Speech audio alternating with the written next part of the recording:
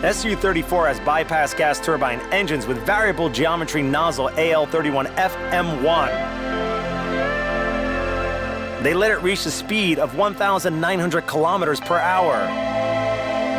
They are produced in Ufa and in Moscow at the Scientific Production Center Salyut, where we are going right now to find out how these engines are tested.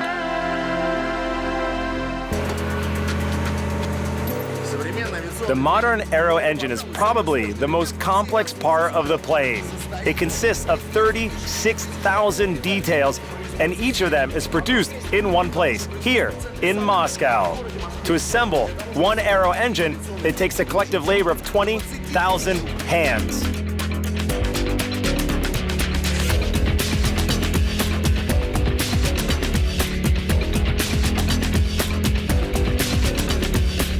Before installing an assembled engine, it needs to be checked in all modes, including afterburning. It is done on a special testing device. Here, the engine is connected to the fuel feed system and the measuring system. All information on performance and the control system are indicated at the control point. Let's start. Power level at idle. This is the first mark. Yes, the first one. Up, locking it. On, and press start. Got it, start. Sounds good, like a bass. It's turning on, as if a subwoofer is playing. It takes several seconds to start spinning the turbine, creating overpressure in the combustion chamber. After that, kerosene ignites. We're at idle. All indicators are normal. Yes. Now we're going to gain height slowly. A little bit.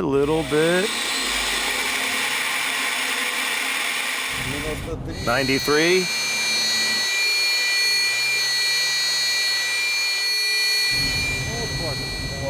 Enough. Let's time it 5 minutes to give the engine a warm-up because it was cold before the start.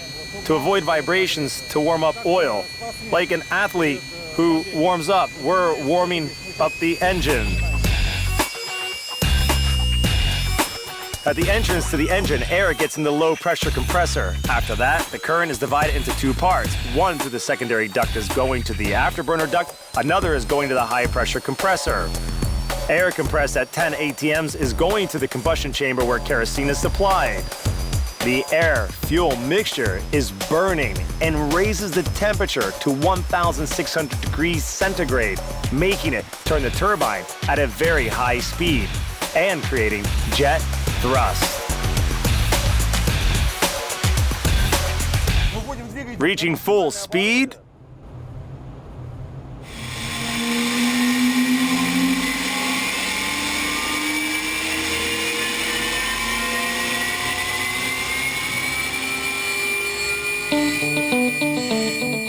At full speed, the engine consumes more than 5 tons of JP8 fuel. Thrust doesn't exceed 7,000 kilogram force, but when the afterburner duct is used, both these parameters increase significantly.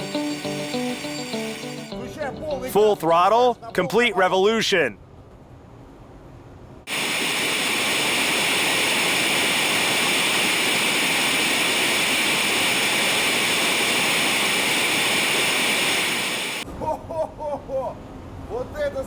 What a jet!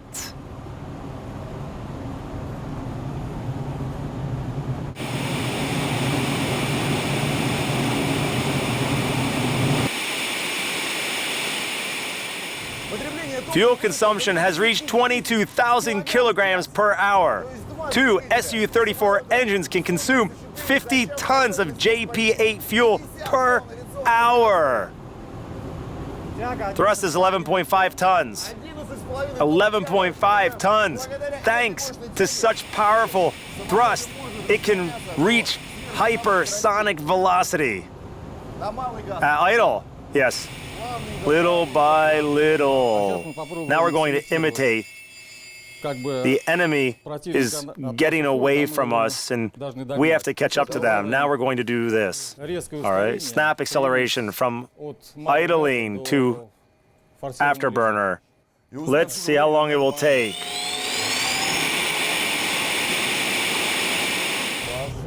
All right.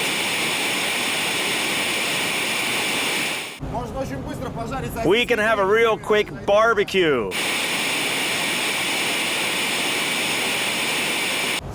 Okay, winding down. The engine reached afterburning mode for several seconds. The afterburner duct along with the variable geometry nozzle lets us reach the takeoff thrust of more than 12,000 kilogram force.